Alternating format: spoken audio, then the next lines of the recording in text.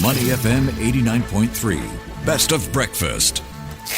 The bigger picture, only on Money FM 89.3. Good morning. Welcome to the bigger picture of me, Ryan Huang. And we are looking at, of course, what's front and center these days, the Middle East conflict, and also the outlook for the economy. How correlated is that to the stock market in, of course, various places?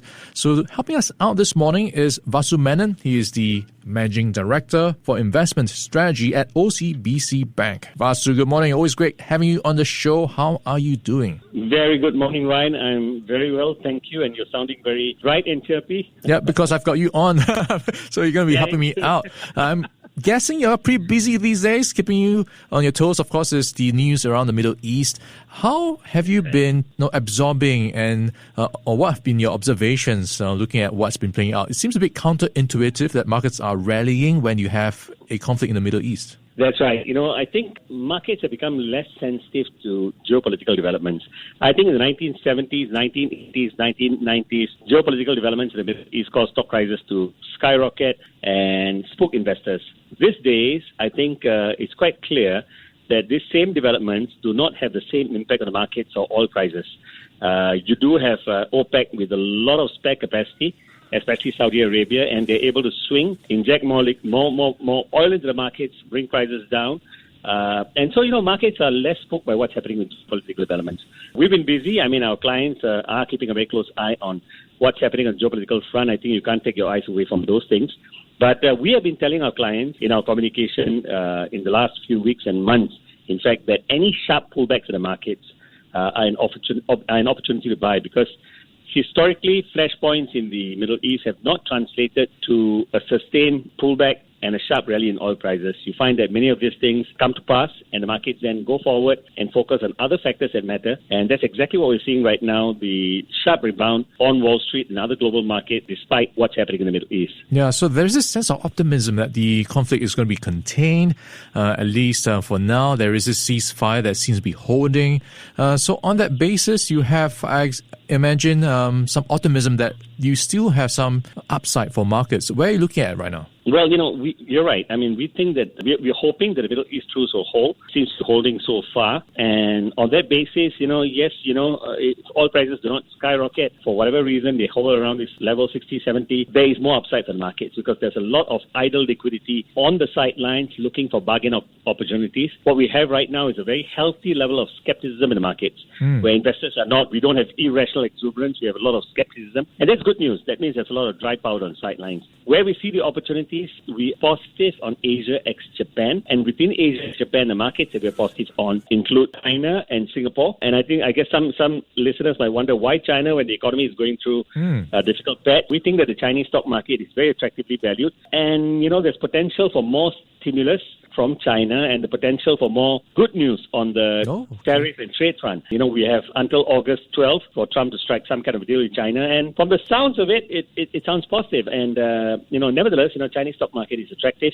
They value it. Same for Singapore. The other region that we like is Europe. We think European stocks have more upside, so we have an overweight on Europe. We are neutral on U.S. equities. We're not negative. And we are neutral on Japan. Again, we're not negative. So overall, we are slightly overweight on equities. We see more upside for equity market, but of course it's not going to be a straight line climb. Okay, you touched on this brief moment on China's economy, not entirely correlated to the stock market outlook.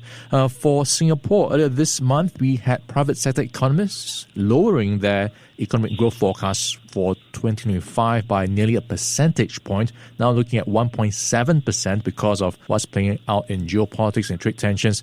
So to what degree is there, I suppose, a correlation between that outlook and the outlook for the stock market? Well, yes, the economy does impact, the outlook for the stock market to some degree, but in the current investment climate, you have so many moving parts. So the economy is just one of the many moving parts. You've got geopolitics, you highlighted, monetary policy, fiscal policy, current currency movements, interest rate, valuations, the extent to which analysts are revising their earnings growth either upwards, downwards. So I'm naming just a few factors, and the economy is just one of many. In the case of Singapore, we are actually positive on the stock market despite the growth downgrade because we see Singapore as a steady anchor in these troubled times.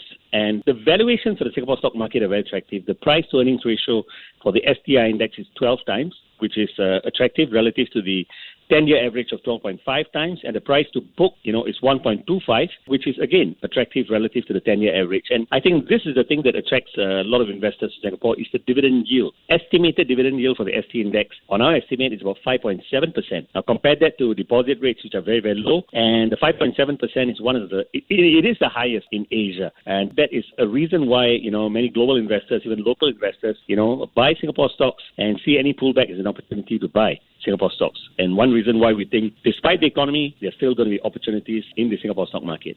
All right, so let's take a look at other places that are seeing a lot of attention, and that's where gold is still going quite strongly these days. And looking at the latest price, I've got it at around 3,325. So for year to date, it's up 26%. It did see a bit of a pullback in recent times. For the week, down 1.2%. Is this now a good time to get in on a bargain or buy on the dips? Well, it's hard to be precise about when exactly you should enter the markets, but we have a 12-month forecast of $3,900 an ounce for gold. So we think gold should be in investors' portfolios. It is a great portfolio diversifier. It's taken a life of its own. It's emerged as a very distinct asset class right now. Central banks continue to buy gold. The first quarter 2025, central bank buying shows very strong buying from central banks, individual investors as well. They're buying gold. And we see a place for gold in this world, which is filled with lots of uncertainty. And these uncertainties are going to be a fixture for many years to come. So we think gold has more upside, especially with the weaker US dollar, de-dollarization that's taking place globally. So we're definitely positive on gold. But if you ask me, is this the right level to buy? I can't really answer because, we don't have a entry level for gold. But I think if an investor is a 12-month, 18-month, 2-year investor, these levels look quite decent. All right. Looking at current levels, we've got more than a 20% upside based on your targets for gold. And of course, that de-dollarization narrative continue to drive part of the action. And we've been in conversation with Vasu Menon. He's the Managing Director for Investment Strategy for OCBC Bank. Vasu, great chatting with you. Thanks so much for your time and insights this morning. Thank you very much, Ryan, for having me on the show as well. All right. Looking forward to having you back on again soon. Before acting on the information on Money FM, please consider if it's suitable for your own investment objectives, financial situation, and risk tolerance. To listen to more great interviews, download our podcasts at audio.sg or download the audio app. That's AWEDIO, audio at the App Store and Google Play.